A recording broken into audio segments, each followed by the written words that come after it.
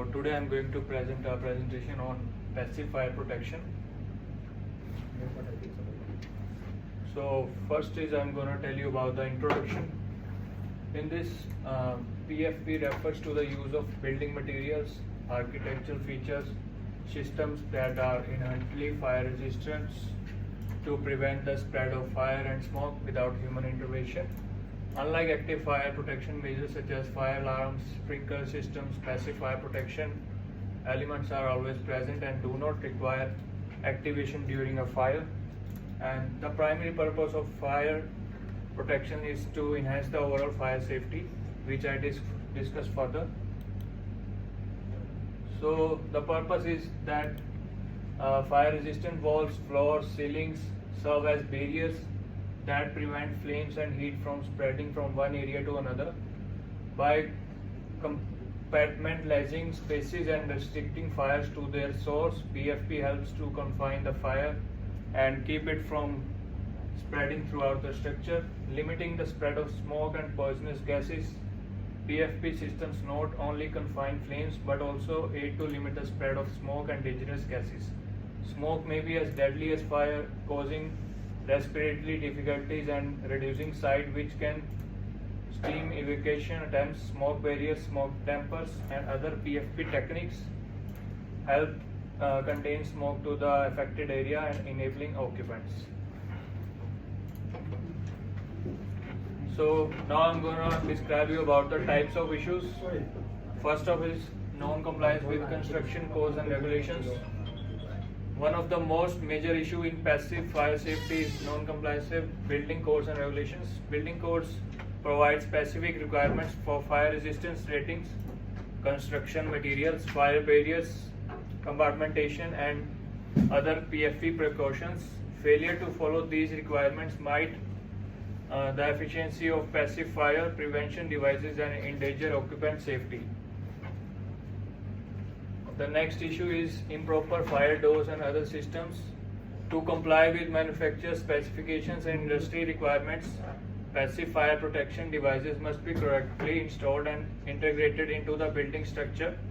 Improper installation of fire-rated walls, floors, and ceilings, insufficient penetration ceiling, and wrong construction of the fire doors and dampers can all compromise the integrity of PFP measure and allow fire and smoke to spread more easily. And the third is poor design and planning of ceilings. PFP systems require regular maintenance and inspection to ensure they remain functional and effective over time. Failure to conduct routine inspections and maintenance tasks such as testing fire doors, inspecting fire-rated materials for damage, and repairing compromised seals and barriers can result in the degradation of PFP systems and increase the likelihood of failure during a fire event. Inadequate design and planning can lead to ineffective passive fire safety systems. Design errors such as insufficient compartmentation, inappropriate placement of fire barriers, and inadequate ventilation. The next issue is emergency ways. PFP systems require regular maintenance and inspection to ensure they remain functional and effective over time.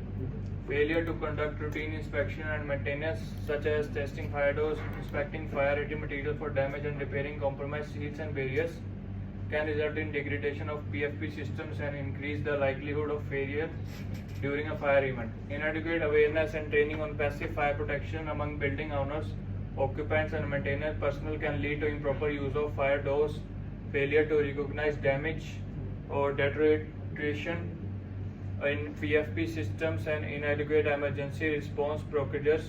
Education and training programs are critical for ensuring that all stakeholders understand the value of passive fire protection and their responsibility in upholding fire safety standards in the buildings. So at last, I would like to recommend on these basis. So for passive fire protection system is regular maintenance and inspect to ensure they remain functional and effective over time. Failure to conduct routine inspection, maintenance tasks such as testing fire doors, inspecting fire-rated materials for damage, and repairing compromised seals and barriers can result in the degradation of PFP systems and increase the likelihood of failure during a fire event.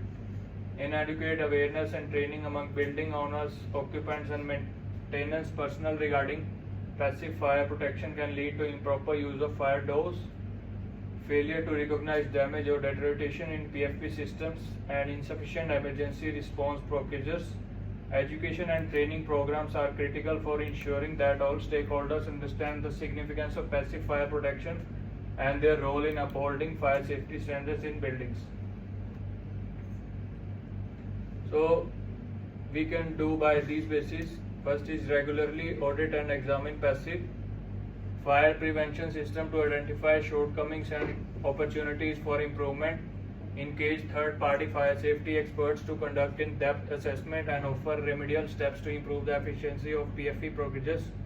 Next, we can apply this quality installation and construction. Employ qualified contractors and skilled professionals with experience in passive fire protection, installation and construction. Follow manufacturer specifications and industry best practice to ensure proper installation of fire-rated materials, sealing of penetrations, and construction of fire barriers, doors and dampers.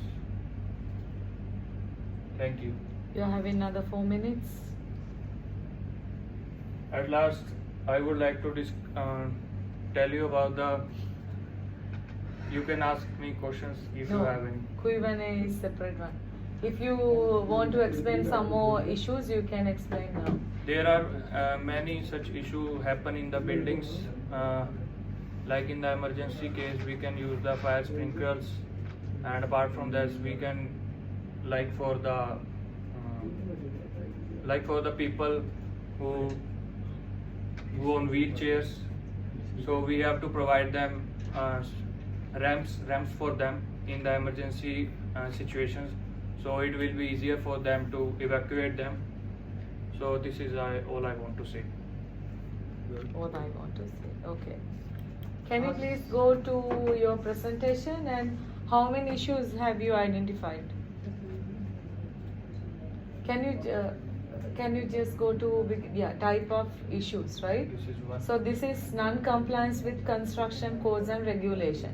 So that's why we are going to identify as issues.